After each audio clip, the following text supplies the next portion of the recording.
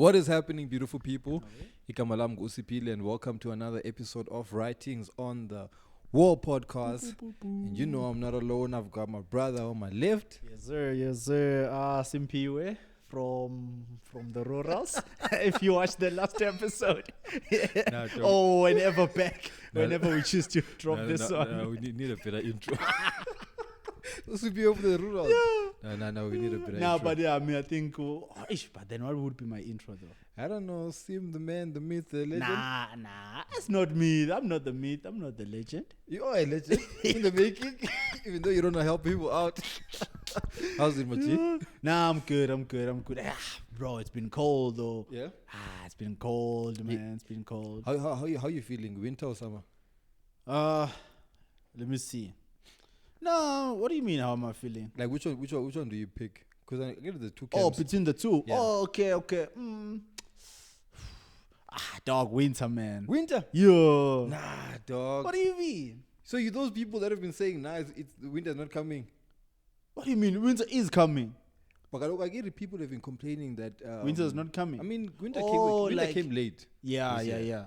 So you're a winter person? No, but winter is June. Yes, but June, July, August. Yeah, but usually May you're already feeling. Like May. Yeah, May is autumn. That I'm not talking about that. I know the seasons. Why are you fighting? I know the seasons. Sure. Okay. I'm saying. But May, I'm saying usually April, May. Yeah. Usually, like the China feel the temperature. Yeah, those Chinatown blankets are coming down. Coming through. Yeah. Now it's June, dog. Like. And the sun is out. Yeah. I mean, you see that it's getting dark. Yeah, so you for winter? I'm for winter, but like, let me see. Am I for winter, man? I think so. Why? No, because like you can control winter. You know, like if you're cold, you just put on a jacket, or you drink tea, or you do whatever. Yeah. But with summer, if there's mosquitoes outside, you can't control them. You see, so now you have to sacrifice your hot or like if you're sleeping, you need to sacrifice between mosquitoes biting you or a blanket. And you can't have both. Nah, I hate winter. And I was born in winter. Yo, born in the middle. Why then? Dog, it's slow. Firstly, the days are shorter. I hate the fact that the days are shorter. I love the fact that the nights are long, though. Because then I get to sleep, you know? Nah, but you get to sleep. You away from home, man. Nah, man, you don't want to have this chat, but you get to choose. Sure. Okay, you know what? At 7 o'clock, or 8 o'clock, I'm gonna wake up. Yeah. For me, dog, I woke up this morning. Yeah. It's dark. Okay, but now the alarm has hit, and I must get up. So I don't like winter. It's slow. I get you. But anyway, you think it's cold? What else? Yeah. It's cold. What else is happening? Work, Mm-hmm. I think, we had a conversation, but I think, like, work is going, because, for those that don't know, right, so I started a new job in May, right, so May has been, like, just getting access, getting a new laptop, getting a whatnot, so June, I think that's when I've been, like, working properly, yeah. So also there, man, it's been going all right. I think it's been going all right. It's just, like, the thing of, like, trying to understand or gauge what I'm doing, get it, define what I'm doing. But also, like, I don't want to overextend yourself and end up doing other people's work. Okay. But also, I don't want to, like, pull my punches and then the people don't see actually what is this guy about. So I'm still, like, trying to get that. But I think I have. Just want to get that balance to say, okay, how can I make sure that they see me? But then now not everyone sees me to a point where, like, I just throw everything at this guy. Sure. Because he knows what he's doing, Yeah. So I'm just trying to balance that out. But other than that, so far so good. Far so good. Yeah. I think I'm planning to go home this month. I think it's like school holidays and whatnot. So I'll probably just, like, vie out and see the family also. See how they're doing. And then we need to cook up some episodes. Yeah. No. We need to now, most definitely. Like, dog. We need to make sure we're cooking for sure. No. Solid, bro. Yeah. Something I wanna just open up with this crazy. It's not related to the topic, but something I wanna talk about is last week when we recorded. Yeah.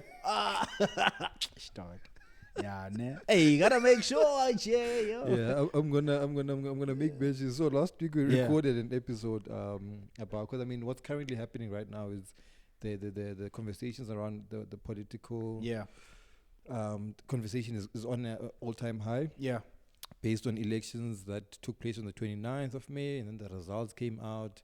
And so we had a conversation last week, Friday, to discuss everything that details it. And it turns out we didn't press record. We didn't press record, and the camera also stopped recording at like 38 minutes. So something. people would have gotten such a fire episode. But we might do it later on. I mean, I think, right, I feel like it's still a topic to have. Or, later on when the dust settles. Yeah. To see what coalitions are coming through, and so maybe like, I don't know, maybe weeks from now or a month from now, once all the discussions have been had by the guys in parliament, then I think it's still a worthwhile conversation. I mean, because we're also gonna be impacted by whatever decisions those guys make. So it's still a worthwhile topic to cover. And just push it out there for the people, Yeah, and I think maybe we'll be able to just give, with, like you're saying, with a lot more insight. Yeah. As opposed to like now everyone is trying to figure out what's happening. Exactly. There was a notification on Thursday about what the president announced how they're going to do this coalition thing. Yeah. But what is it called? The thing called what is it? Unity Government. Yeah. But so they announced something around that. But I I think it, it'll be nice to talk about it once we kind of it's finalized. We know who the new president is now. If there is a new one, or so. But now we know that we're pressing record. And with that being said, man, I want us to get into today's topic. For sure. Another heavy one. I mean, I think I want it to be a chilled one though, but I mean, just like for the people, right? We're in the month of June, and it's actually Men's Health Month. Is it Men's Health? Yeah. Is it? Yeah. Oh, shucks. Happy Men's Health Month, though. So it's not mental health? No, it's men's mental health. Okay. But I mean, it's still health. Yeah. It's Men's Mental Health Month. Okay. June. So, So all the men out there, you know what I mean? Happy Men's Mental Health. Month. Yeah. So I wanted us to chat about that as guys, as men, to say, okay, how's it been for you? I think it could actually get said thinking about it now. I mean, yeah. But like then, So I think first, before we actually just move on, I think defining for you, not for the viewers or anyone else, but for you, what is mental health? Or how do you, when you say, okay, my mental health is like this, or my mental, what do you mean by that? Or how do you define mental health? Because I think that's where most of us get it confused, because we say, I mean, I don't know, like some people equate mental health to their possessions or the money that they have in the bank. Some people equate it to something else. I mean, we'll talk about it also, but just that for now. So, okay, how do you define your mental health? Right, to say, okay, this is what my mental health is. I think also then tying into what I just said now, have you like identified yourself with the possessions and the achievements that you have? That I have. Yeah. Well, I think the first thing that I'll do, not define it for myself, but just to bring about the distinction between mental health and mental illness. Okay. Yeah, and the reason I'm bringing this up is because a lot of times we use the word mental health and we think that it's got these negative connotations. Yeah. Whereas, so for me, mental health is the state of my mental well-being. Yes. Right. Yes. And then mental illnesses will then talk about like your depression and so on and so forth. But the way that it's tough, man. It's tough. I define it using, I think I spoke about it even in the Alpha Show. Yeah. I define it by my rate of productivity. Okay. Yeah. And then the clarity of mind. Yeah. So those are the two things that I use to define my mind. So yeah. if I don't have clarity of mind, in terms of like decision making and stuff, Yes. or if my productivity rate goes down, Sure. then I know something is wrong. You know, and I'd spoken then about an indicator that I use, which Okay. is the state of my closet, Okay. of my wardrobe. So if my clothes aren't properly stacked or Yeah. like packed up, folded, then I know something is up. So that's Yeah, how then we need to check it out now. I.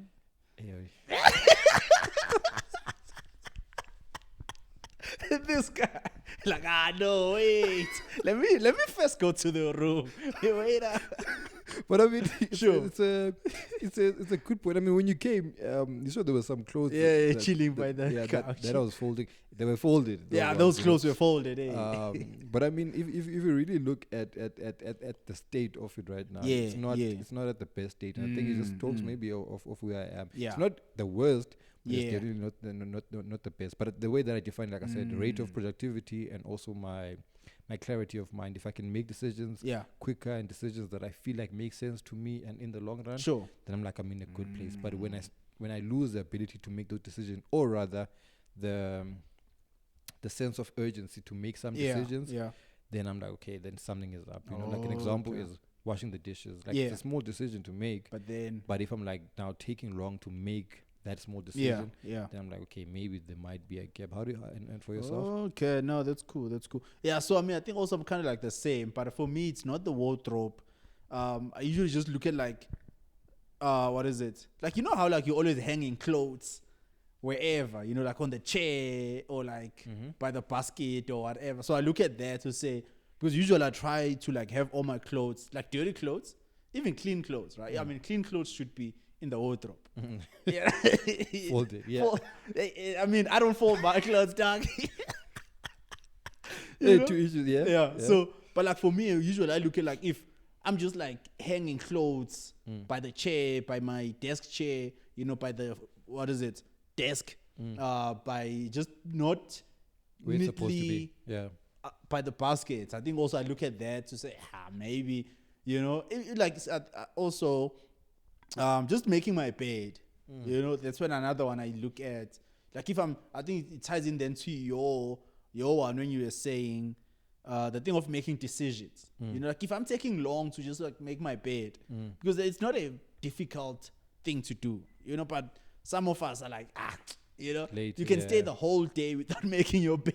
Maybe the only time you make your bed is when you go to sleep. It's like, God, what is this? Oh, by then you're like, do I have to? You're like, do what? Like, away. Yeah. You know, so I think I look at that, but also I look at another one for me. I think maybe it's gonna also tie in nicely is the way I'm eating. Okay. Right, because I think also it's important in terms of the way you eat, because I think I saw some of the stats about obesity being very high in men. Oh, is it? You know, yeah. So being very high in men, I think it also ties in back to that thing to say most people, like if their mental health is not at the best, they're then gonna resort to eating. Stress eating. And Your stress eating, your whatnot, you know. And I mean now, I think if you have the financial means to just like buy your McDonald's, buy Steers, buy Deponets every day, then I mean why not? You know. So I think for me those are the ones. I think also like when I start skipping gym, that's another one for me I look at, you know. I mean, now it's cold, so I've been skipping a few days, dog. Okay. Hey, but like when But you love winter. Yeah. For various reasons. Yeah? Hey, yo. Okay. Yeah, well, Continue. so like when I start skipping gym, Yeah. then because I think like also going to the gym requires a lot of mental health strength. Or not mental health. Strength. Yes, mental strength. Yeah, what? Yeah. So I think the moment I start like skipping a gym, I'm like, let me just go for 15 minutes. You know, or let me just go do a walk, go treadmill or something. So I think for me, that's how I usually see my thing, to say, hey, as in something is actually off. You know, something is like not happening there. But you said something, right, where you're saying like, no, man, there was another point you said. Just remind me. You said what the radio productivity or yes, the productivity one. So how do you measure the productivity one? Because I mean, the wardrobe one is easy to do. The decision making one is easy to do because it's like you can see, it's okay. As in these 2 plates go sink have been chilling for the whole week. Now there's a third one. There's a third one, And you know? glass And choice. Yeah, yeah. Or like you see when you open your wardrobe, Yeah. you always see your wardrobe. Yeah, I'm the okay. But like the productivity one, you know, how do you like measure or how do you see that one? Well, on the things that I like to do, for example, I think the cleanliness is a part of it, right? Because I enjoy cleaning. For me, cleaning is therapeutic in that I get to sort things out, right? So when for example the dishes are not made, so the closet one is one of them. When the dishes are not made, then I'm like, I'm not productive at home, right? Especially if it's taking longer for me to complete projects, or like if I said I'm gonna do A, B, C, and D, and I find myself pushing a lot of things into the future, then I know something is happening. Okay. With regarding the podcast, I mean, there's a lot of elements when it comes to podcasting, and there's days where before you came on where I just like, I don't want to do it. You know? And not because I don't want to do it, but it's just like I understand the capacity that it takes for me to do it. You understand? Gym is also another one. I mean, there's a lot of elements with gym, but if I'm not productive in terms of, I'll put a goal. Okay. My goal is X, and then if I'm not putting in the work or enough work to get to that goal, then I know I'm not productive enough. So I just look at the different elements, man, like the social element, the house, and also Espan. But then there's something that, because when you ask Kuti, how do you define mental health for yourself? And then you say you're using these tools, but like, what do you attach, or rather, how do you conceptualize it for yourself? Hey, what do you mean now? Because I guess you tell how I define it by my rate of productivity and my what's this? Rate of productivity and my decision making and the laundry. No, that one is an indicator. Oh, okay. Yeah, for yourself. That one is difficult then. Yeah. Let me see. I don't know, man. I don't feel like I have a definition of what it is really, other than like your dictionary definition of it. But I think for me, I usually use indicators to like see, to gauge. To gauge. Hey, where am I at? You know, where am I at? Even like, I mean, even for me, dog, like something like washing the car, taking the car to car wash. You know, like if that start become like I need to take car. You know, cutting your hair. You know, I would go months without just chilling. Just chilling. So I need to look at the card. If the card is fresh, you gotta know. Easy, yeah. You know, but for like side story though, I had one girl who was like on me about like cutting my hair. You know, like when every time you come see me, you don't cut your hair. I'm like, hey man, fuck you man, leave it talk. You know, it's not free, bro. It's not like I just come up there and cut my hair. You know? But like it's beyond. So like I didn't even like just have the energy to explain to her. It's like, dog, it's not even about 50 rand or 100 rand to cut my hair. So there's thinking, I'm like, now I need to go and sit down, have a small talk. You know, but I love small talk. Just not with the chair. Not with the chest. So I think for me, as like I usually indicators more than anything. Quickly, so to build up on that question, do you think, because you're saying it's men's mental health, do you think women and men define mental health in the same way? Nah, I don't think so. You don't think so? Yeah, I don't think so. I feel like, let me think. I don't know, man. That's why we need a lady, actually. But I don't think, because if you look at my indicators, they're very different to like what a girl might think. Oh, actually, I didn't know that was that. Or that meant that. I mean, like if so one thing would be like if girls like they go do their nails, for her not doing her nails or like doing their hair or whatever, for them that's an indicator. So the self-care. Your self-care element. Some do retail therapy, you know, and like just go out and clear their carts, go in or wherever. then for them it's like, no, I'm actually good. Yeah. You know, or something else. So I think it's very different in terms of like how we define our indicators.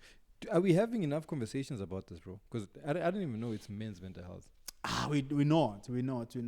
Man, I think, I feel like it's also just a thing of, I guess the views that people have about men's mental health. Okay. You know, and that's why, like, I think it ties into Elon, the conversation, you know, to say, okay, because you always see, posts and what, like even from work, where I work, there was no communication saying Happy Men's Mental Health Month, you know, but if it's New Year's Eve, you get an email saying Happy New Year's Eve, or if there is like Breast Cancer Month. Yeah, Breast Cancer Month, or like it's Heritage Day.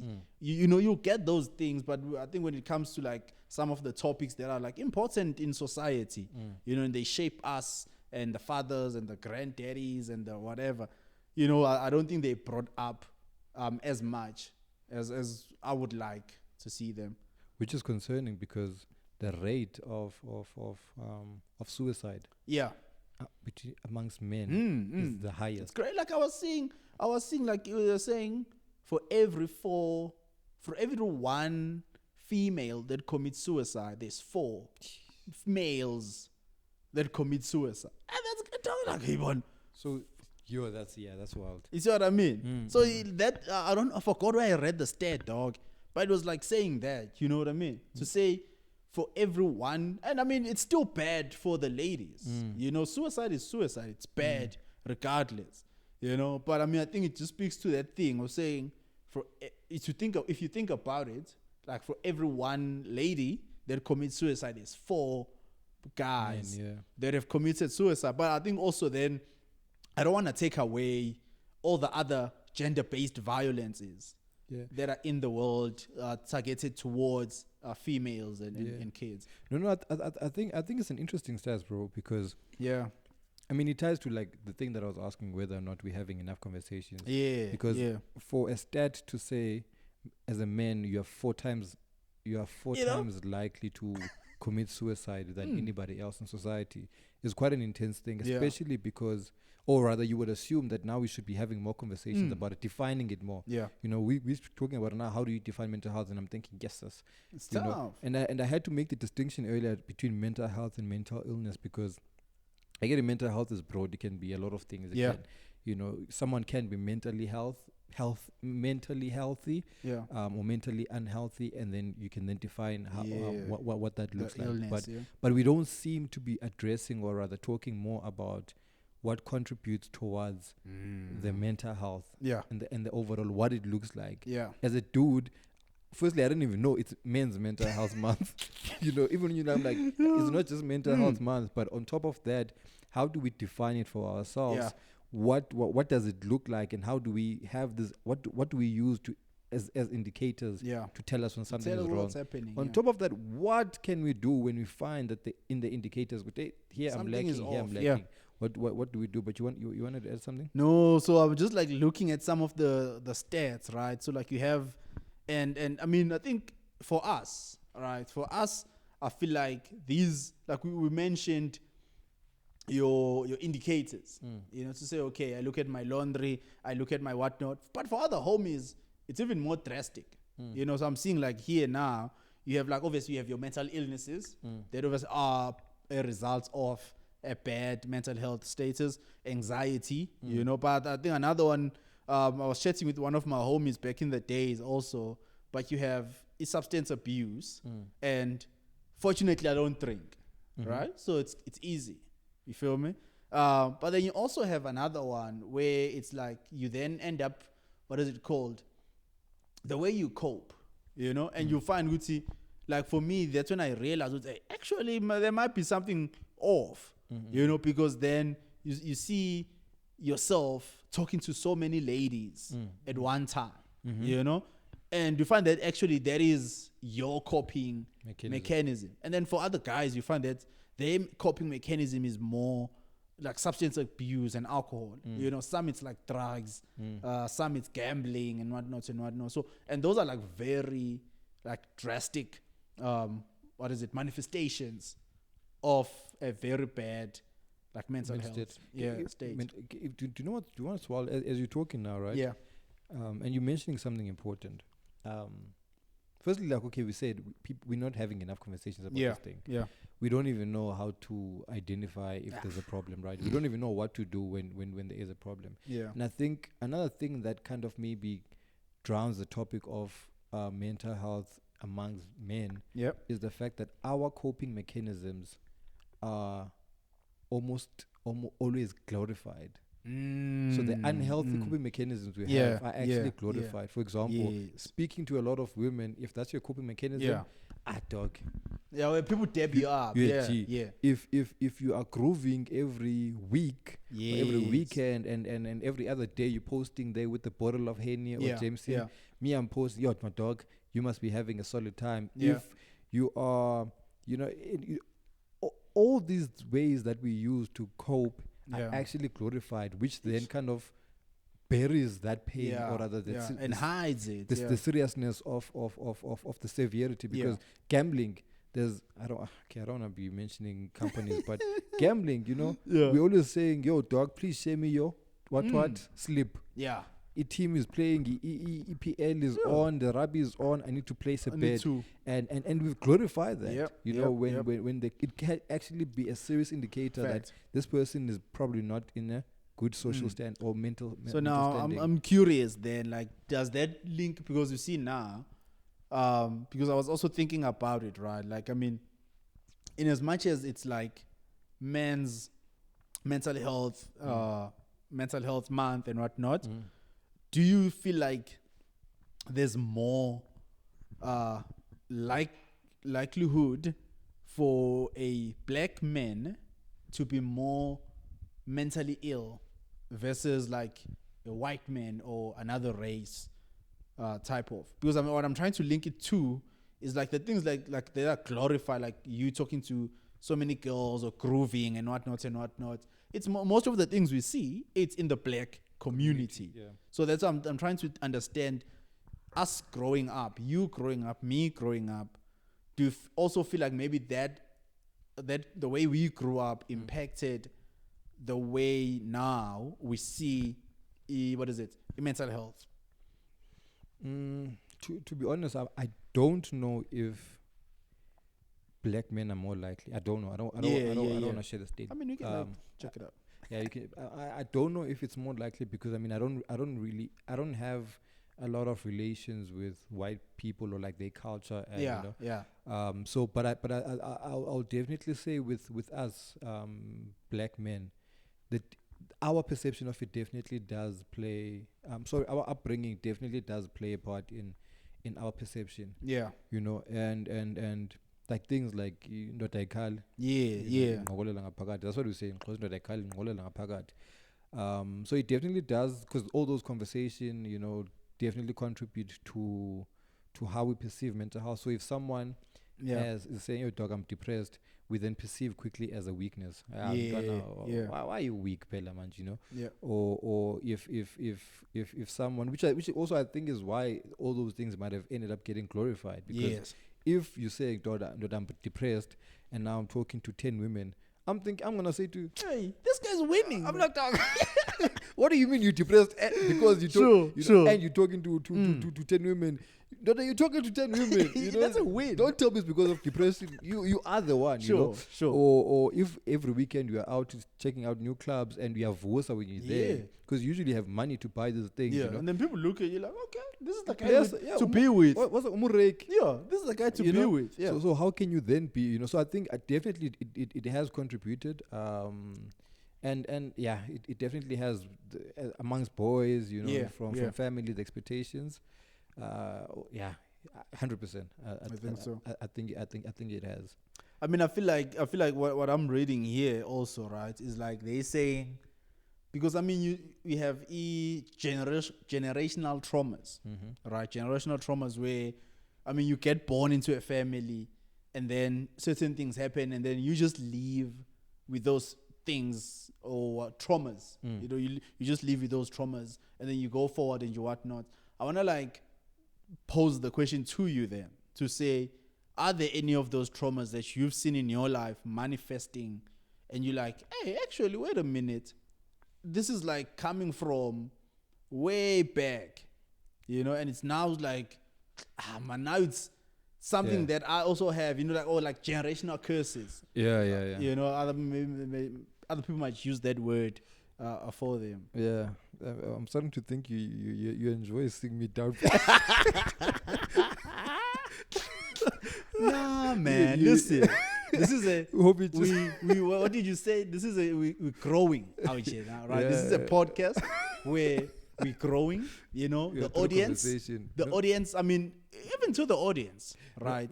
No. It's a fair ask. Yeah. But yeah, no, 100%, man, 100%. I think the first thing for me to give more context, I guess, to what I'm about to say. Yeah. I grew up in a female-led household, as you've been saying earlier. Female-led household, you know. Sure. Pops wasn't there, so I didn't really have a father figure in my life. I didn't even have a big brother.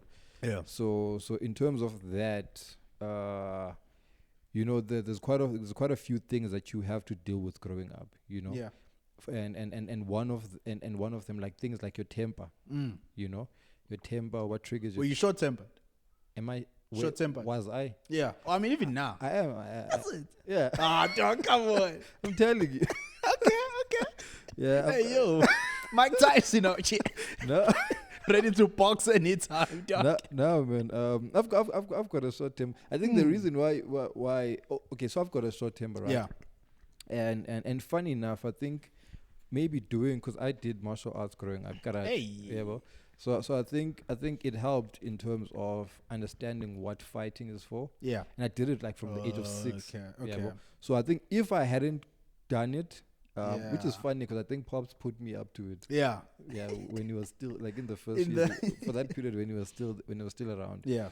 In my life. So I did martial arts, and I think it helped me like with discipline and like what is fighting, when to fight, because we were taught you don't just fight people. Yeah. So it's self-defense. Yeah. You don't go out and flow and do listen, this is what I can do. So do a question mark. Yeah. But I think internally, because then I wasn't really processing what was happening inside. I then realized as you go through adolescence, the temper, and then you see when or how the temper comes out. So the temper is definitely a big one, and also the resentment or the anger that's attached to Itama leaving at the time. You know, like I had a bit of anger of, yo dog, why did you vie? Yeah. You know, why did you vie? Sure. And was it me? No, maybe it's not. Okay, and now you understand that you leaving put me in this position. But does that put a dent on black guys' mental health? Like absent fathers? Yeah. That's it. That's probably. I would think. I mean, let me not generalize, but sure. I think for myself, 100%. Okay. And look, you can say put a dent, and maybe that's like no. Yeah. I don't think there's a problem in saying put a dent, right? But I think something that I think I was going to bring up also is perhaps that experience, sure, you know, needed to happen for me to develop some of the characteristics and the traits that I do have now. Yeah. So in terms of the traumas, it's things like, yo, dude, abandonment. Yeah. Dog, what vibe? I went to therapy. A couple of years ago, and we spoke about this thing of like abandonment. How do you feel when your dad left you? How do you feel like growing up and being misunderstood? And like those things are like, oh, that's what it is. Then I could put it. I'm like, that's where this thing is coming from, which then kind of helps in terms of how you navigate and identify when it does get triggered. You're like, okay, now my temper is whatever from there, and this is how I cope with it. So that's why you've probably never seen me lose my temper. Because, hey, you know, stone cold, man. You don't know what happens when you wake up the beast. You know, but you know, just being able to identify those things was a big step in terms of management. Because I would have like moments of just not burst out because there's two ways that maybe many ways, but the two ways that I know that can manifest those traumas is one, you have outbursts, or two, you have shutdowns. So mine always came out in shutdowns. So when I got to the point, I just shut down. You shut down, and like distance yourself. From the situation or whatever. Because when you know good what you are carrying inside, you're just like, I'd rather shut down. So at that point I didn't know though. It just happened automatically. So when I started going to therapy, I'm like, oh, actually, when was therapy? Like UCT? Yeah, 2019. Okay. But it was like block therapy, like I did. What's block therapy now? It's like compulsory. No. It was block therapy is not even an official thing, but it's so in final year. Yeah. I after my exams, I went to therapy, but then it was in Cape Town. Okay. So then I did therapy. I think twice a week for like a couple of weeks because I was going to move to come to Joburg.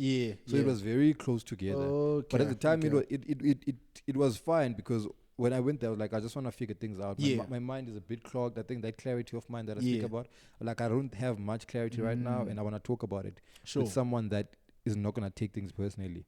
So then she helped me, never. She's like, oh, this is that, because she's on the outside. I'm like, oh, okay, now I can identify it. Sure. But yeah, man, those traumas. It's interesting. Yeah. No, I'm saying like it's interesting because I've never been to therapy. And I'm like, okay.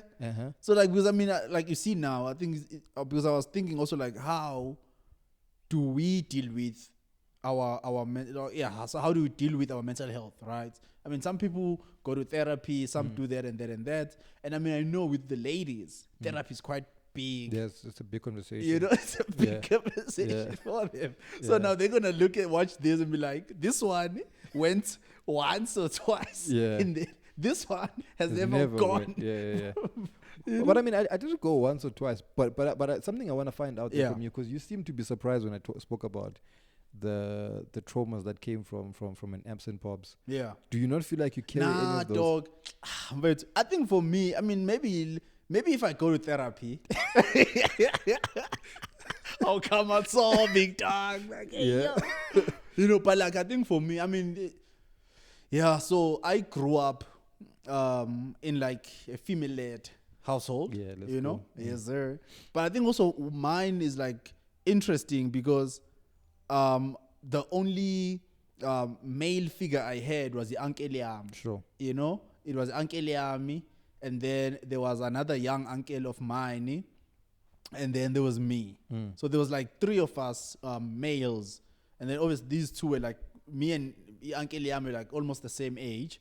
And then you have the older one, right? It's like 40-something, 41, 42. Sure. But other than that, all auntie, mamncane, ma, ugogo, or like my grand parents were like ladies, females. And I think also even the kids, Osisbami, or like my cousins or whatever, growing up, all of us were like, all of our dads were alive and well, but were not present. So growing up there, for me, I never felt like this one has a dad, that one doesn't have a dad. So even when it came to me, I mean, like every school holidays, I would go home to my paternal side and chill with them for like a month or so. Sure. Hang out with Ogogo. Even my dad would be around, So I didn't feel like, I don't have a dad. You didn't feel the absence. Yeah. But like, I think by definition, he was absent because he wasn't there 100% of the time. Even like getting a young 200 rand to be like, hey, yo, Ntuana, buy a young Coley there, or, buy whatever. I didn't get that. So, so I didn't feel like your, what is it? Like your traumas. So you don't think you're carrying any traumas just from I mean, your typical upbringing? Let me think about it. It could be. I could be. We need to go to therapy. I'll come with you, I'll come with you. No, listen, I like things, dog. Hey, therapy is expensive, man. Look, let me say, and I think I said this in the earlier episodes. I know people always say everyone should go to therapy. Sure. Personally, I don't think so. Okay, why? Because therapy is not easy, right? Yeah. Firstly, it's expensive. Yeah. Secondly, it's not an easy or as straightforward as people make it out to be. You know, Yeah. other people go into therapy and they can come out better versions of themselves. Sure. Other people go to therapy and come out worst Is off because of therapy. Because Okay. then, because you uncover quite a lot of stuff. Yeah. And if you don't get enough therapy, you might drop too early before you can even learn to manage those things. Before you heal the wounds, and now you just there with the bleed. And even if you're not healing the wounds, because what my therapist used to say is that I'm not going to try to heal your wounds. What we're going to do is help you identify them, and then how do you live with them being there, you know? Because sometimes people think you go there to heal your childhood trauma, and then after you're done, you're like a new you're a person. And it doesn't work like that sometimes, you know. It's about identifying those wounds, and once you see them, then you're like very conscious of them, because I mean there's different personalities. So even as a machita, like I said, perhaps what the upbringing was a blessing in disguise, and that the traits I've been able to accumulate over the last few years work in my favor right now, you know. And which do you get what I'm saying? Like, So, no, 100%. So you might be saying, you know what, you don't feel like you need therapy, and if you don't, it's fine. You understand? Because you've found healthy ways to cope. Sure. But now, if you're gonna start, or you're gonna be in a position whereby you are unable to be functional, you're gonna be dysfunctional in this in society, where you are unable to stay in a relationship, you are unable to make a decision, you are unable to hold a job and all those things. Then maybe actually let's go see, because like the traits that you have might actually be defense mechanisms that you provided. For example, getting into a relationship, you're like, yo, you know what, I want to commit, but when you're there, you're like, this person loves me a bit too much. And like, nah, it's but now you don't know where that's coming from. It's like it's a subconscious thing, and then you want to exit. Like, I need to get out of here, when it might just have a lot to do with, I don't know how to receive affection from people. I feel like if someone gets too close, they're gonna leave anyway, because of that childhood thing. Like, for example, pops or Vi, you know, there's many components, there's many factors that contributed. But like, as a kid, it's like dad was here, now he's no longer all of a sudden here, and he's alive, so he was no longer here. And so if I go into relationships, I might go in with the idea of people that I love and people that love me are gonna leave because my pops left me. You understand? And that's your idea of like a relationship. Exactly. And you don't know where it's coming from. So if you go to therapy, it can help you uncover those things and help you deal with, this is what happens, this is what it means, this is what you have to unlearn, and whatnot. But this is gonna sound wild, but okay. To my point of I think these things needed to happen for me to be who I am. I think, in as much as we don't have conversations, and we need to have more conversations based on the stats about like mental health and illness, right? Open conversations with guys. I think, though, my stance is, as a dude, right, as a guy, the thing that we really can't control is the expectation, because the expectations that we spoke about expectations actually last time. The societal expectations of a man are quite intense. You understand? And those might not change by just having a conversation. So I think, to an extent, we do need to be a lot more calloused. You know, and a bit more tough mentally. In order for us to navigate the world that we live in. And so it might not be ideal for us to, for example, cry all the time. They're saying don't cry altogether. Don't cry, like, you mustn't be seen crying. But if you become too much of a cry, then every space you are in, you're there crying. There's a problem. Actually, dog, like, on that point, bruh, I was talking to this other person, you know, and they were like, actually, they left a guy because he was too emotional. I'm like, hey, yo, hold up now. You know? I'm like, okay, so much. What do you mean? Now they like, no, I want a guy that is aware of their emotions, but that guy was just crying so much. Every time he would call me, he's just crying. You know? So I think to that point, right, I was so confused. Good typo. But then people always say, show emotions. show emotions and cry and whatever. Jiggy. Now it's like you cry too much and So I was like, hey, okay, it's interesting. Yeah. No, I definitely think, man, that the expectations contribute a lot to our mental well-being. Yeah.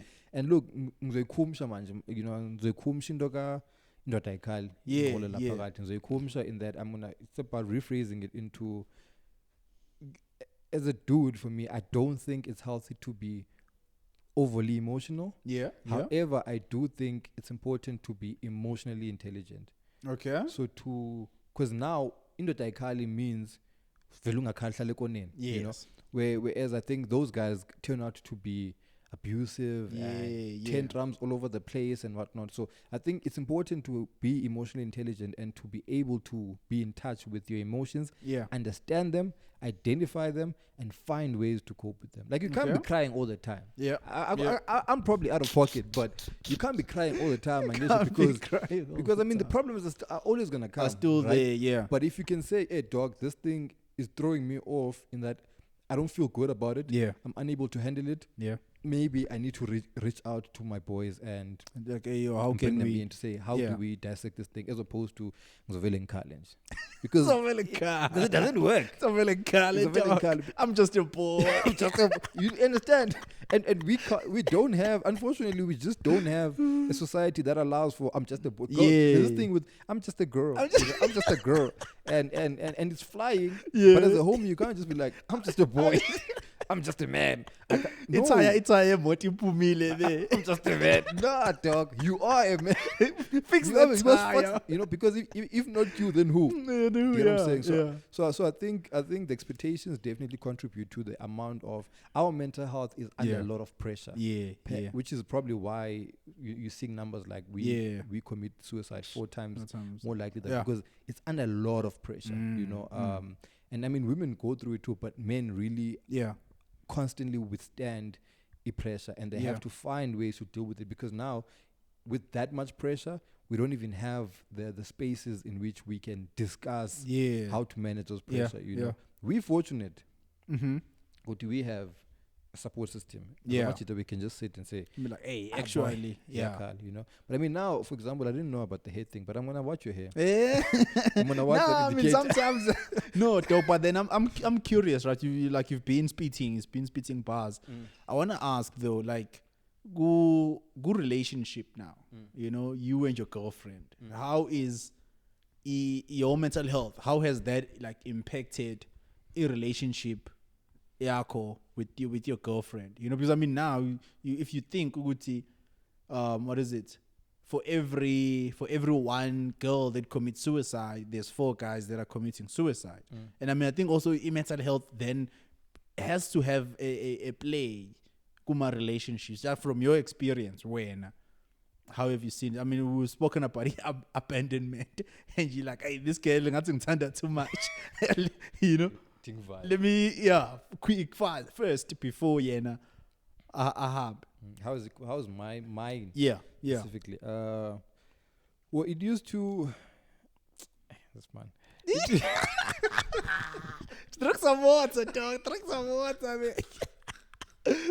Okay, let me talk about myself first. There, process your answer, man. Process your answer. Let me think about myself. But I think for me, man. Away. I think just check it out then. You can talk.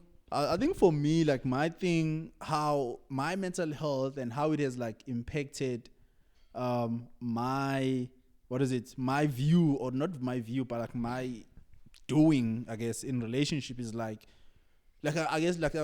had a difficult time with understanding Uguti. You don't have to have solutions for everything. You know, because I think that's another thing that like if I'm dating someone, and I want to be there for you, I want to be there for you. I want to help you. You know, I want to listen to you. I want to like be your everything. You know, your whatever. But now things like in that also, it's like I then have this impulse or urge, masculine edge. Masculine edge to give you my solutions and to say no. Actually, baby, let's do this. Oh no, actually, baby, let's do that. You know, and I mean, I think it took some trial and error and a few relationships along the way, until it clicked for me. Ukuthi, no, actually, sometimes it's okay to just not have a solution and just chill. I'm a boy, and listen to your girl speak and vent and whatever. Like, oh, you look good. Sure, okay. What was that problem? And then you continue. So I think for me, that's one I can like remember off my head. That I had to like struggle a lot. Another one, like I've been called nonchalant back in the days, And like I used to think, dog, there was a day like someone was like, yo, you're nonchalant, I'm like, hey man. But then I read the definition of nonchalant, and it's not what girls use that word for. Okay. Because the definition of it means something else. Sure. And so I read. How do they use it? Let's pull it up. I want to pull the definition first. Sure. Right? Let me pull the definition quick. And then I'm like, hi man, these people, okay, listen. Hey, no hate. Yeah. So, what dictionary is this one now? No, not this one. Okay, so it's like, someone who's nonchalant is relaxed and calm, either because they do not care about something or because they're not worried about something. Sure. So yeah, I mean, I think the first part is where OCC use it to say you don't care. You don't care about something, But I feel like not caring and nonchalant are not the same. Like you see how they say, Lana, relaxed and calm. And that's it. You're just a relaxed person. You're a calm person. No, I think how they usually use it, just on that not caring part. Yeah. It's just on the someone who's nonchalant is it's like unbothered. Sure. Right. So it can be both positive and negative. Positive in that when the house is falling down, you're not like you are nonchalant in that you're not freaking out, but you're just like. But I'm still trying to help out and like do the things right. Yes, and then on the not caring side, it's like you're nonchalant in that whether I come or go, you're just nonchalant about it. Okay, you don't care. Yeah. Whether I stay or whether I say I'm leaving, you just chilled. Yeah, I do your own thing. So I think that's the one, how they right? That's what they no, want so now I'm not like that. Hey, yo, ladies, you've changed. I've changed. Now, I mean, but that's the thing, right? Because I had to have the conversation. No, okay, cool, easy. Make me understand. What do you mean by like nonchalant? And then they explain. No, listen. When I say this or I say that, you don't show the interest, or it's like you don't care, you don't show it. Excuse me. You don't show with like, okay, this is something you actually thinking about or like you worried about, Yeah. So I think for me, those are some of the things I was like, okay, maybe this is how it's played out. Yeah, maybe it could be how a mental health army has been affecting my relationships army, So that's why I was asking you, would like your mental health. How has it been impacting your? Do you even feel like even if it's not about your mental health, right? I mean, I think we have a similar idea, but like, if a relationship does it require both people to be good state, say mental health as a grand? Yep. Wait, before we go there. Yeah. Because you mentioned this thing about like the nonchalantness and and wanting to solve problems and like your mental state, right? Yeah. Do you think that's related to, or what do you think that's related to? Like where is this nonchalantness coming from? Is it a? Because have you experienced a lot of spells of anxiety that you end up defaulting to nonchalantness? Do you have? It's just a character thing where you're just a chilled person. Yeah, just like because I mean, even at work, man, like even at work, dog. I mean, like there was this other day, I had a project, so I had a presentation. So we were doing there's a mall in PTA, so we had to go to that mall. So we were meeting like your CFOs, your CEOs of that mall, right? Or sharp. This is just like a side story. And my manager at the time was driving. Oh, yeah. I told you. Yeah, I remember the story with the accident. Let's tell the viewers. Sure. Why are you spoiling now? Hey, this guy. Apologies. The story with You remember when Miles, there's an episode that when when they were ghosting, Yeah. and he was saying, remember when he spoke about the what? And I was like, oh, the thing that I wrote in the book is like, Yo. he's like, what? He's like, as if I don't know. I'm like, it's that thing. It's like, you know. But yeah, continue. Sure. I'm sorry. I do apologize. But like, so we had to go to the client, right? So we had Sure. to go to the client. It's a very important meeting. We could either secure the deal or we will lose the deal. Millions. Okay, easy. We're driving. It's raining. You know, we're driving. It's raining. We're chilling by the robot. I think it was like a Hilux or something. It smashes us. So obviously, like it's raining. Yeah. Smashes at the back of the car. Right? We're driving a Polo, that tiny one. Bah. Okay. And then the car goes, Bulu. Hey, bo. What's happening? You know, whiplash. You know, I'm like, hey, man. So now, okay, my door is jammed, right? So my door is like, I can't open the door. I'm like, okay, easy. You know, I check my manager that side. Okay, she opens the door. She goes out. Okay, it's raining also. You know, I'm like, hey, let me chill for a minute. I apply faggy shoulder, boy. Yeah. Bah, the door. You know, I open the door. Okay, I get out now. I'm seeing how they shouting. You know, okay. So now I'm just chilling, you know, I'm just like zoned in. I'm like, okay, I want to see what's happening. You know, if it's time to like, hey, let's go, you know? Yeah. Okay. But now I'm chilling, dog, right? I see my manager. She's crying now. Oh, hey, man. Why is she crying now all of a sudden? You know? She's crying. No.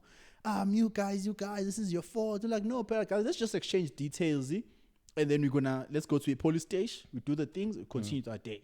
You know? So now, and I was like, and I told her, like, listen, stay behind to sort this thing out.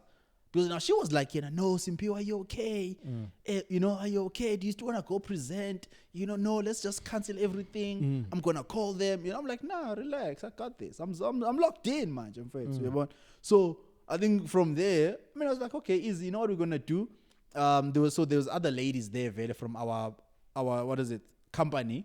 So they've already went. Like, no, listen, call these ladies. Sure. Tell them to just hit a U-turn, come pick me up, and then we go together. And then when you can just continue, go to a police station and sort this thing out. You know, because, there's two people. So if both of us now all of a sudden don't go, it's like it's a no-show. Why? That meeting is null and void. Yeah. At the end of the day, so I was like, listen, this is your car. So go to a police station. You have everything you need. Do that. Mina, I'm going to go and present. You know, I got there, presented nicely. I told them after the meeting, I was like, by the way, the manager couldn't make it because she's dealing with an accident and whatnot, you know. So I think even there, my type of nonchalant was that. Do you know what I'm picking up as you're talking? Because I don't think there's anything wrong with that, to be honest. I think if you really think about it, it's a good trait to have. Yeah. You know, and that mental clarity and being mentally strong, I guess. It's a good trait to have.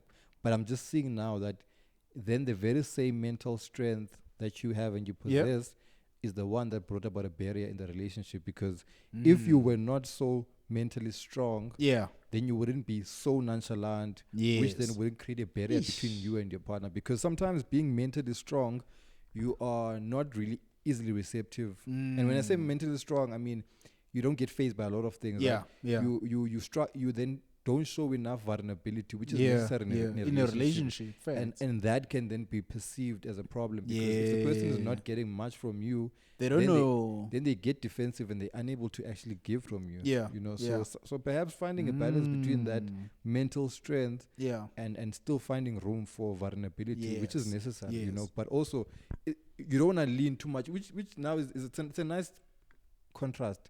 Or paradox, I don't know.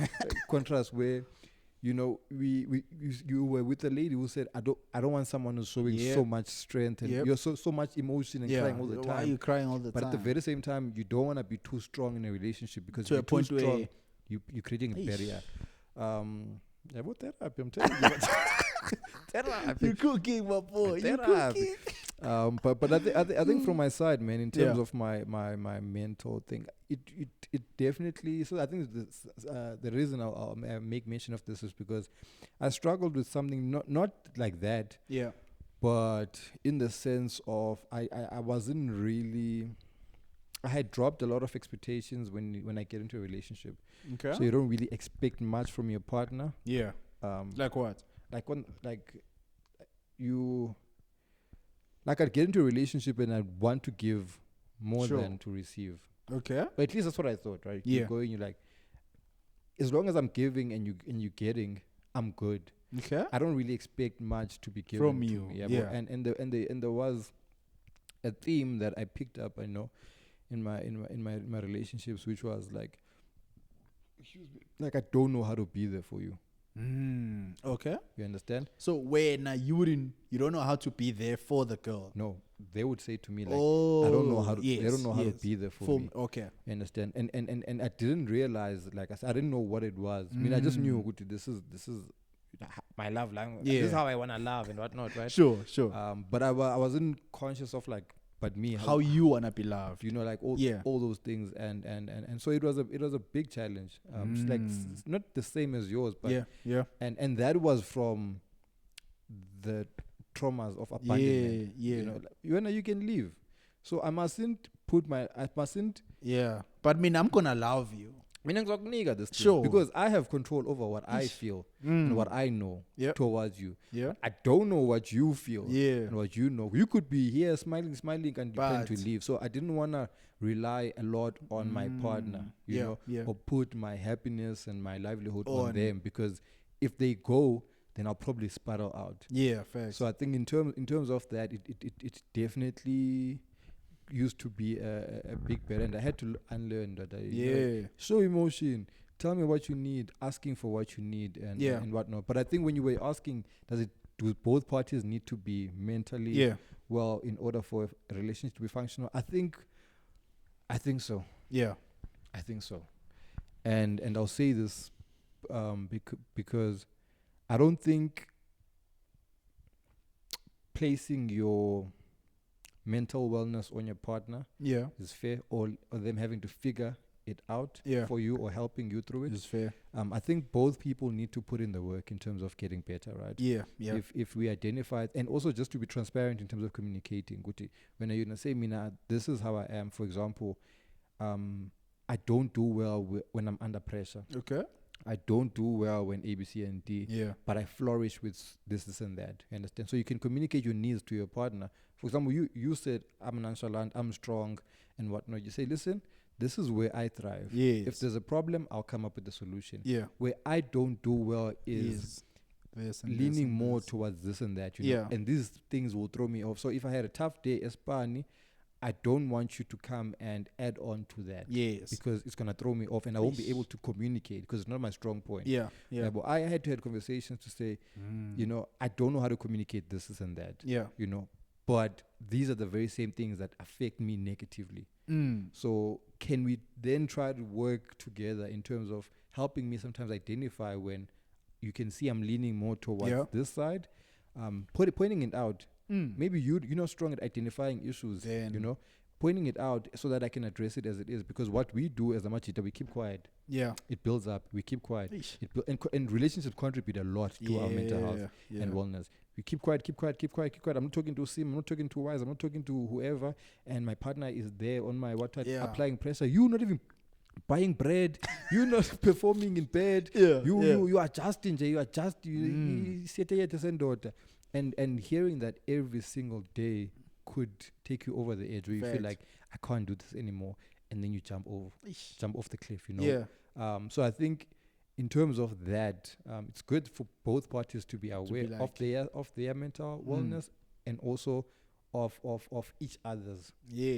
You know, in the relationship. I'm curious though, like, I mean, because this is obviously relationships, right?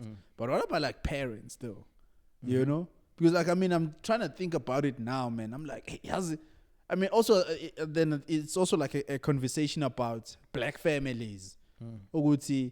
I don't remember me having a conversation with my old lady about mental health. You know? And I mean, even now as a parent, I don't remember having a solid conversation about, or rather her telling me as the son, as the kid, about mental health, you know?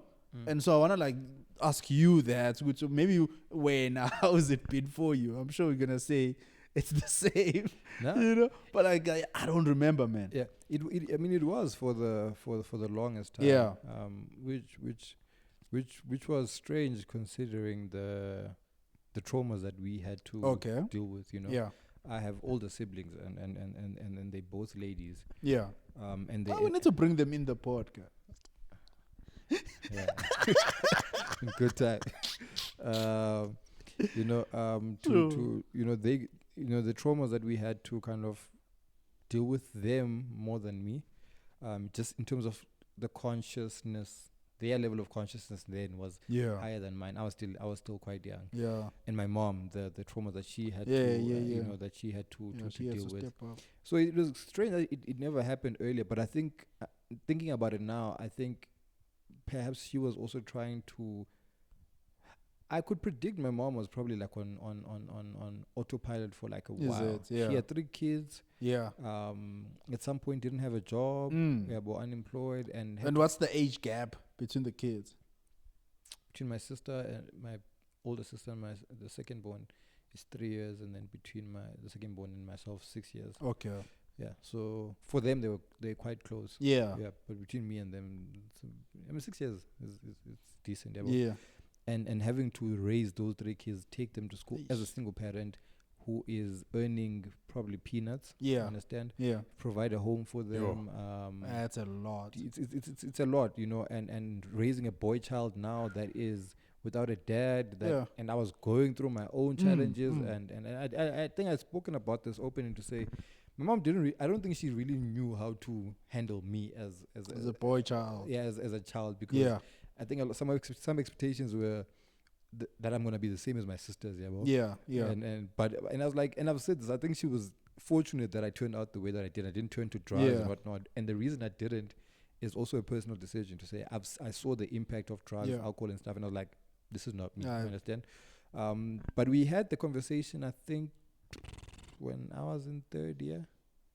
Okay. University. Yeah. But it's also like late. That's what I'm saying. Like, I'm surprised it didn't happen earlier. Oh, so okay, yeah. It happened when in 3rd year, and we had a family meeting, and we had a discussion about it. And she was like, I think you guys really need to go seek counseling. So I think at that point she was a bit more aware of what was happening. At the time, also 2017, the time that I burnt out. It was the time I ended up in hospital. Yeah. So that was the time I also started having conversations about it, because I ended up in hospital. Yeah. I think also that's the time then she saw with yo. Yeah. But like, what's happening? Yeah. This one. What's happening actually? Yeah. So I think maybe but there was also something else that was a catalyst to that. Yeah. But I think she saw something is happening. Yeah. We kind of have to we need to have a discussion about it. But yeah, it's not a common conversation, to be honest. Yeah. To be had in black families, it's not a common. I mean, people always joke about it on social media to say, "Mama ngitshele ukuthi hey sana, kaloku wena une-depression, ulele myeke ningamvusi une-depression," and they're like confused because they don't understand. They don't understand how someone can be fed, can have access to school and like all those opportunities and still be depressed. Fact. Or have all this access that they can provide, and you still tell him that you're anxious. What are you anxious about? Because for them, it was a similar thing where they had to focus on the primary needs. Yeah. And if you can provide those, then you should be fine. Then you should be all right. Someone has said this, which is I think is controversial, but that depression is it's a disease for the privileged. Yeah. If you have time to be depressed, then that means you have a lot of the other stuff that you need covered. Yeah. Because someone who's poor doesn't have time to think that they're depressed. They have to think, when is the next meal? Yes. And I think maybe that idea is the one that our parents have. Yes. Mina, when I was growing up, the cops were chasing me. Fact. Yeah. I had to run away from the apartheid. They were shooting at me, and that was I didn't have time to be depressed. Yeah. So then you guys, perhaps, maybe you have way too much time to be depressed, and that's why we have this conversation, and maybe that's how they feel. Yeah. Understand? And that's why it's not a common chat within the black communities. I feel like for me, it's more like just definitions, or whenever because if you think, in a Xhosa family or like in a Zulu-speaking family, sure, what do you even call depression? What do you even call mental health? Like, what do you say when you're trying to like talk to your kids? Yeah, but because I think manje Tina, we're using these big words because we also learned them like a few years back. Yeah. Before then, we didn't know what was happening, you know? Yeah. Because I'm thinking now, like, I mean, if you, the example you're making, would see, you have people, strategy, thinking about what's the next meal gonna be, and you know, what is it, hand to mouth type of living. Those people are also going through their own mental health things, their own mental illnesses. Because I mean, if you, like, I mean, just the fact that you're worried about what you're gonna eat, that is going to contribute to how you feel, to your depression, to your mental state, you know, and everything. So I'm just like, what is it? Arguing that point to say depression and mental health is, what did you say? Someone's. Let's say it's a disease for the privileged. It's a disease for the privileged, you know, because I feel like even the not privileged, what is it? Unprivileged, ne? The non-privileged. Underprivileged, yeah. Underprivileged, you know. But I think they are also going through the, not same things, you know, but they also have their own battles and their own struggles that they're going through, for sure. I mean, if you think about the guys back in the days, apartheid and whatnot, you know, if you think about Nelson Mandela Robben Island chilling at the what is it, in the jail at Robben Island, that homie wasn't enjoying it. He wasn't like just chilling there, like, okay, no, it's all right. You know, I'm sure he was going through things, you know, Krizan and all these homies. Yeah. So to that point. Yeah. I think it's true, right? Yeah. Even the people in the streets, like they obviously go through their own problems and challenges. Yeah. And for example, like a lot of these mental health conditions, like your depression, there's a lot. Depression, schizophrenia, anxiety, so on and so forth. ADHD. The way you say anxiety, so on and so forth. A lot of them are linked to like chemical imbalances. Yes. Obviously. So there's that element, right? Yeah. And it doesn't care whether you're rich or you're poor. Fact. If you have those chemical imbalances, then it's gonna chow you, right? Those things you can't argue against. Yeah. I think perhaps the reason why, we mentioned it firstly, I don't know the name for depression. Exactly. And so they wouldn't have been able to talk about it. Verbalize it. Yeah. So that definitely is part of it. I think to an extent, which is another, there's a school of thought around, we have to raise awareness on these things, right? We have to find ways to define and describe them in our own language and stuff, like schizophrenia, dementia. Yeah, how do you even start? Yeah, and like, because we link it, like dementia is linked to tagad. Yeah, you know, so witchcraft, you know. So we definitely have to raise awareness on it. And even like we're saying, men need to talk, we have more avenues to talk about how they feel and like what. I do to an extent believe that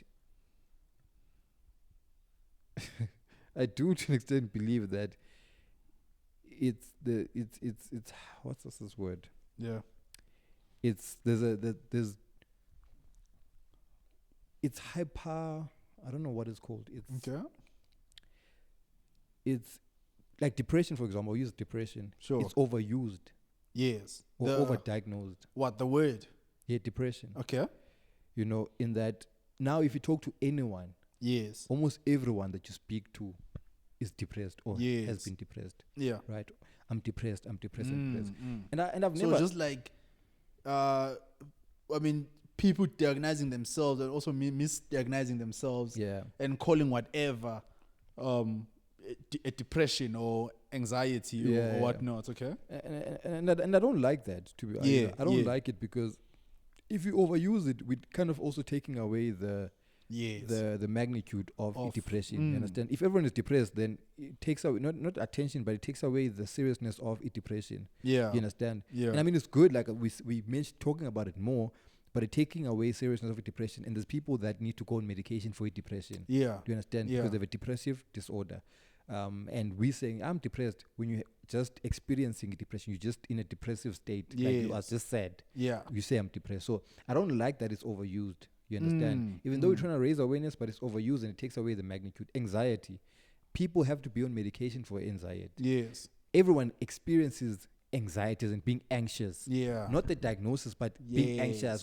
That's just a feeling, Exactly. a human feeling. And you know, Yeah. and when it becomes a chronic thing where you're constantly anxious with it's no an triggers, issue. then it's a problem Yeah. that we need to diagnose and try to manage in that. So I think we're definitely overusing these words and we're using them like it's just general conversations. But like if you have a presentation to go to, you're going to be anxious. Yes. Then that's normal. Yes, you know, it's in nerves. You know, we don't even know if it's in nerves or am I nervous or am I anxious, you know, or if you have a deadline in 2 weeks, for the next 2 weeks, you might be experiencing high levels of anxiety. Yes. But if you can control them to an extent, then Yeah. it's not anxiety that needs medication. Do you get what I'm saying? So, okay. so I think in as much as we do, it's good to have this awareness. Yeah. I think if we make it too like a thing that everyone should have, Yes. like every man should, What's the word?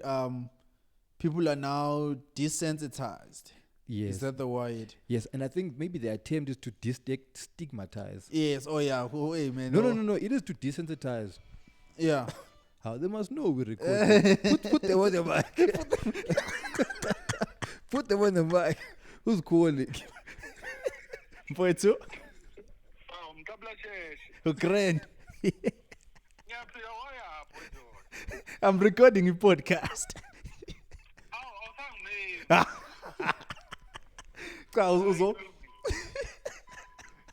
No, but I'm coming back soon, so don't worry.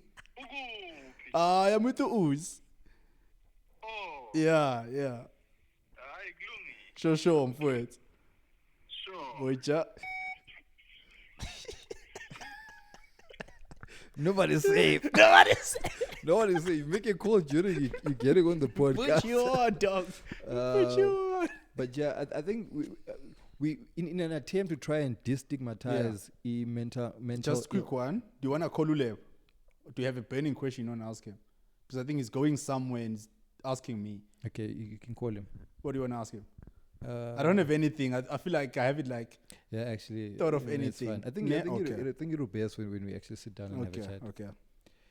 So I'm saying in an attempt to try and destigmatize it, we've desensitized it. We've over desensitized it, and now people are just like, oh, depression. No, but let's call Lebs and ask him that. Yeah, actually call him. Yeah, yeah, let's call him. Actually, yeah, because he's doing psychology, like masters. Yeah, so he's doing a masters, in what, clinical psychology. So he should have like a proper one. Yeah. Let me see if it's answering. It's ringing. Sure. Lebs. Hi, thank you. Ukraine. Much. Listen, we're talking with Usilana about mental health, right? And I was just saying, Majuguti, the mental health. So obviously, this is with black men or black community, black men and whatnot. Uguti, Yes. do you feel like are we because now it's like everyone is just depressed, right? Everyone is using the word I'm depressed, oh I'm anxious and whatnot. Do you feel like Abantu and people, do you feel like are they desensitizing the seriousness? Are they taking away the seriousness of the issue, right? Like if someone is coming to you and saying, listen, Lebo, I'm depressed, you know, might come and say, oh, I had a long week, I'm just depressed, you know, oh, I just want to take my life, I'm depressed. Like, do you feel like people are taking away the seriousness of the issue? From the seriousness. Yes, by just using that word anyhow, you know? Okay. I think this is a double-edged sword. Right? Yeah. So I do think that because of, especially with men, Yes. we are shouting now. We are raising awareness. We are psychoeducating people. Wait, say by English. We are educating people, especially men, to speak about what they're going through, to be self-aware, to be self-compassionate, to be vulnerable, right? And to do that, people are more in touch with their emotions. So, and again, the more people are in touch with their emotions, we tend to, because this is what we do, we say, okay, this is what depression looks like, this is what anxiety looks like. Yeah. It's sort of like a go-to to say, oh, I'm depressed, yes, right? because we need people to sort of see the seriousness of what we're going through. Yeah. Right. So it's like people also, I wouldn't, now that I'm in the field and I'm actually learning about that 24/7. Yeah. I understand that it's not an easy thing for people to understand depression, because it has a criteria. Yes. And it's quite intense to sort of actually settle on that criteria and say, okay, this person actually has depression. Yeah. Because there's certain things, quite a few things, quite a number of things that people have to meet, right? Yeah. So I don't think it's necessarily desensitizing the seriousness of the diagnosis itself. Because about like misdiagnosing themselves, right? Yeah. Yes. People are diagnosing themselves, but also the question is, what is wrong with that? Okay. It's people, when people don't go to a psychologist because they're feeling okay, then they get there and they're like, okay, you have depression. People are going to psychologists because they're not feeling okay. Yes. So and also in today's economy, in today's climate, who's to say they're not feeling, that intense sadness? Yeah. Right. And I do, in as much as I do, and I'm not trying to say people should be saying I'm depressed, but also I'm saying I don't have an alternative. We don't have an alternative of what people can say. Yeah. You see, so what do we say to people that are actually not meeting the criteria for depression, but they're actually not okay? What are they gonna say about themselves? So it's quite. I think it's a cry for help. Yeah. Usipile here. Oh yes. Welcome back on the show, man. Thank you. It's a different podcast, but welcome back. Please repeat that. I'm saying it's a different podcast, but welcome back on the show. Yes, and I love this. I've been following you guys. It's amazing. I appreciate it, man. So I have a challenging thing then with regards to what you're saying. It's true, right? When people say that I'm depressed, it's usually a cry for help, right? And I think my concern with when we're speaking about it being desensitized, my concern is then, isn't it a problem when, for example, some people made examples here, say, I had a tough week, I'm depressed. I had a rough day at work, I'm depressed. And I want to kill myself and I'm depressed. Do you understand? Do we not then take away from, for example, if someone goes out on social media and they say, I'm depressed, do we not, if it's overly used, do we not then just not respond to people or take them seriously because we think they fall maybe in one of these brackets? Whereas a lot of them might might fall between the cracks because they fall under, I'm actually feeling suicidal because I'm depressed. But we don't respond to them because ubanbanagana following. Whereas Usimpiwe, who just had a tough day at work and says, yo, I'm so depressed. People are gonna say, "Oh, what's happening? What's happening?" He's gonna say, "I have a tough day at work," and they say, sharp, whatever." Then, so do we not risk losing a lot of people between the cracks by overusing, I think, the term then? Most certainly, we do definitely.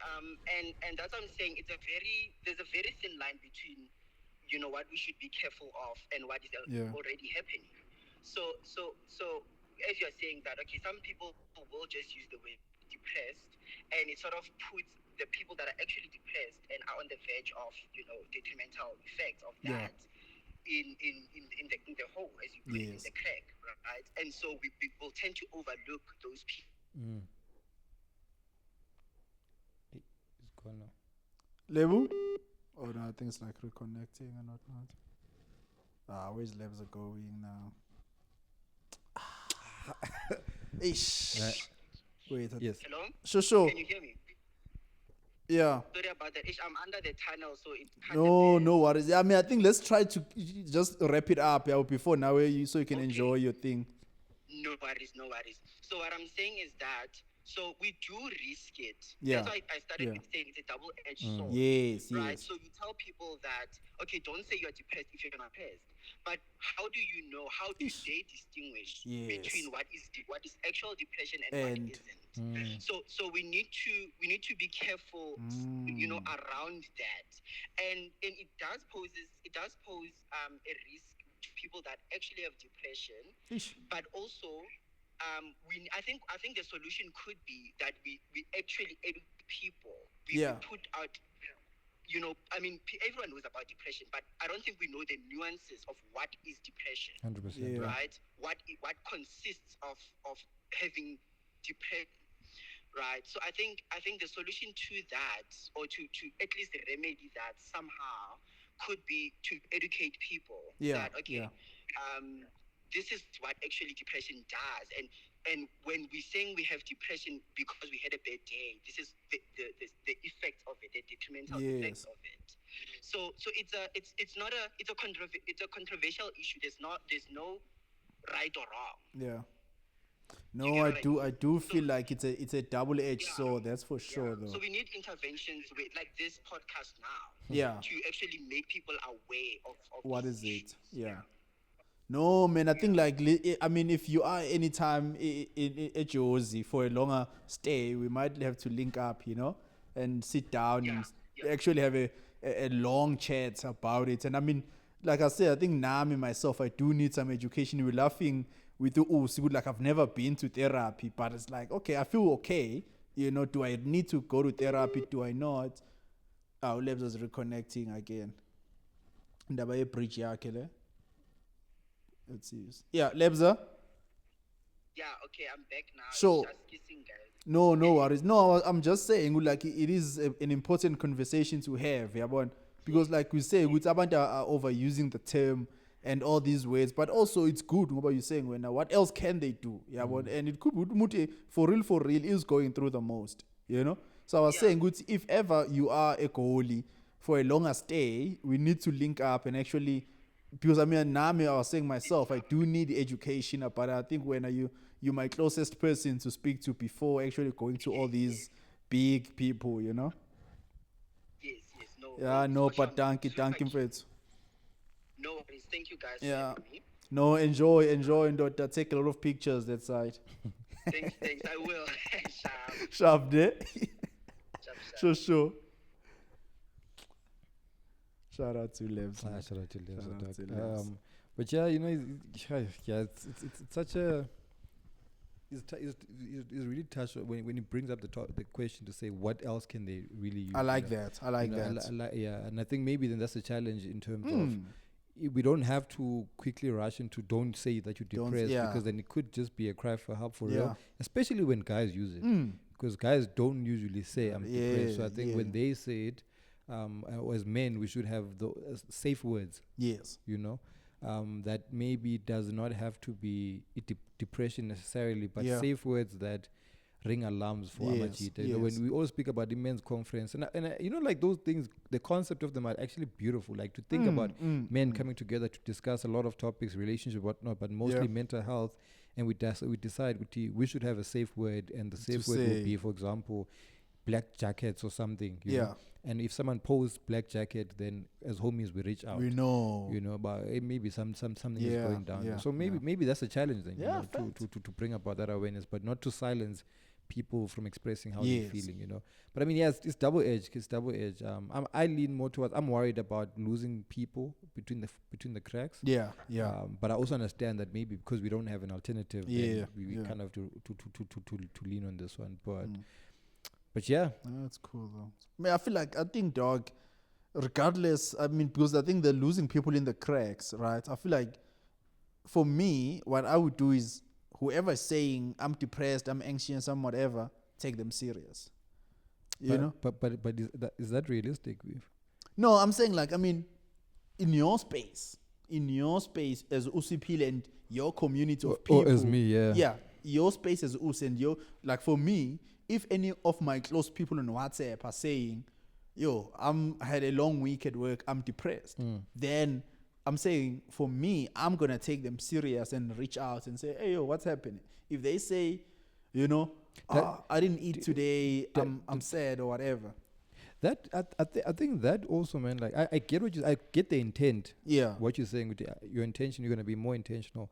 I think realistically, man, you're also going to get to a point where you get desensitized to, because you're going to reach out to me and I'm going to say, I just didn't have breakfast. Yeah. And you're like, why? Dog, do you have bread? I'm like, I do have bread. Yeah. I was just lazy. At some point, you're going to get tired. You're going to be like, now everyone says I'm depressed. I reach out and the reasons are never really valid reasons in terms of like seriousness, and these people are just joking around, you're also gonna be like, dude, I'm tired of this, and you're gonna keep quiet and miss when someone does do it. So I think it's more about perhaps exploring that alternative. We raise enough awareness to say, this is what's happening. When you said, when you restore the weight that it carries. Be able to express our emotions without taking or using extravagant words in order to get traction or a cloud. I feel like my G though, like I think Ulebu said something with like there's like different levels or grades to this thing, right? And it's a thing of like the definition then is difficult. Yeah, well, because Omuyumut might say they are, but they actually not. And you find a way when they actually go to a clinical psychologist, they say actually you are, but it's just level 1 or it's level 2 or it's whatever level. No. I get that. I get that the severity varies. Yeah. I'm just talking about how it's almost like I said, it's probably good that people can openly talk about it, right? But we run the risk of, for example, me saying, I didn't make breakfast because I was just tired, and I say, guys, I'm so depressed today. And you're like, yeah, dog, what happened? And I just didn't have ikanda. You know what I'm saying? Yeah. Eventually, when you encounter enough of those, you're gonna be like, because that's not by definition depression. I just didn't have ikanda. I'm just tired. Yeah. So if you, at some point you're gonna run the risk of running yourself, or if you have the strength, then sharp.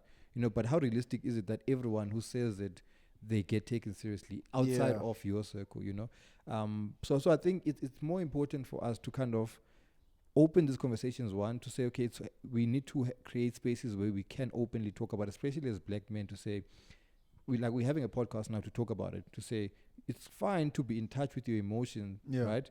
Understand them so that you don't act out and be a radical human being who's abusing people in the name of, I don't know what I'm feeling and I don't want to know. It's important for us to be in touch with our emotions, understand them, but also it's more important for us to create spaces, actual spaces. So if you're saying it's Men's Thursday, and Thursdays as a machita, if it's social media, I think there's something called Spaces on Twitter. Yeah. Create Men's Thursday for mental health or Men's Thursday, and we go there, we slog in, we talk. Hey, machita, what's happening? I'm struggling with A, B, C, and D. When you have a what Saturday, whereby every month on the first Saturday, as a machita, we go to a park, see relax anje, about to bring things that makes them happy, that aren't substances, because substances bury those emotions, and people might be coming through thinking I'm gonna express myself. When they get there, they just become men, typical dudes. Have Saturdays, just what do you want to do, my dogs? We can painda as a machita. We put tema cards. We have conversations. Sure. What are we struggling with? Church has something similar to that. Like, for example, Amadotana. I'm not part of Amadotana, but I can imagine they probably have in conversations as men, married men or single men or men, going into manhood. What does it mean to be a man? How do you navigate being a man? What pressures do you experience becoming a man? And then we help each other deal with them without feeling like there's someone else that's there to judge. Because when there's also women in the spaces, we can't argue that women make us want to become macho. If a woman is in the room, then suddenly there's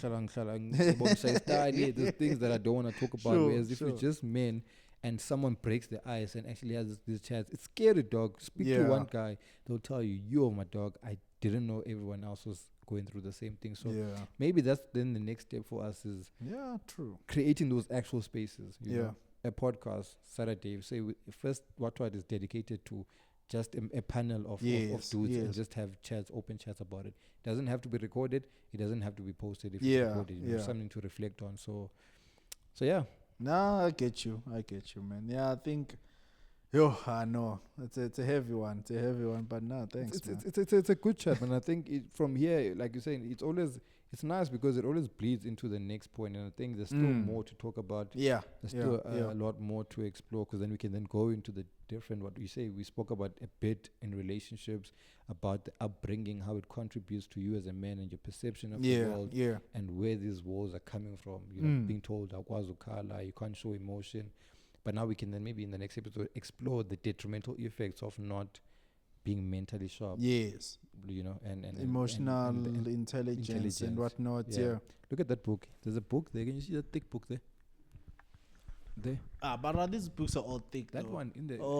Emotional intelligence. Working with emotional intelligence. Yeah. You know, just on emotional intelligence. So maybe we, you know, talk about those. Yeah, things. maybe you gotta read it then. I mean, yeah. Never being read. I know. Yeah, I'll need to look at it, see what topics are there. But yeah, I think we've covered quite a bit for now. On to the next one. No, for sure. Anything in closing?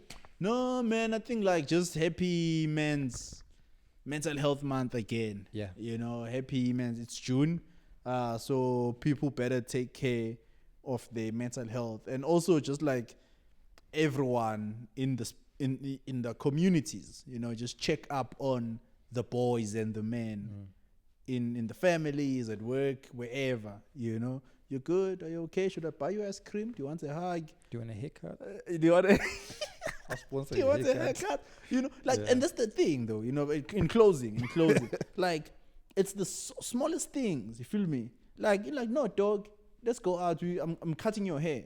You know, if you do that for your homie, for them it's like, hey man, okay, like, let's go. You know, but it's those small things that really go a long way. Like, my G, relax. It's just I'm buying for you. Here's nyama braai. Yeah. You know, it's like the small things for homies where then it's like, hey man, okay. And then later on the day or the week, and the guy's like, hey, actually, dog, you made my day when you came with nyama braai. And you're like, how? Okay, sure. I just brought you nyama braai. Yeah. You know, so I think like to all the viewers, you know, to just say something small like that. You don't buy socks, man. You know, homies are tired of socks. And, you know, and you're actually right. Yeah, you know? I think we're privileged in that we see a lot more of that. For example, there was that day when you went to that company that sells the can't even mention the name. Starbucks. Sure. We went to Starbucks and the one in MOA, ne? Yeah, and you're like, yo, of course. Let's go. Let's just buy coffee. I will. So you're right, and it doesn't take a lot to really make homies like, just happy. Damn. You know, exactly. Like, it really is the small things, but they really do a long way. So but that's all for me, man. That's appreciate it. From me, I think take care of each other. Happy men's mental health month, and may we continue to try and be better versions of ourselves as well. As the homies, maybe take care of each other.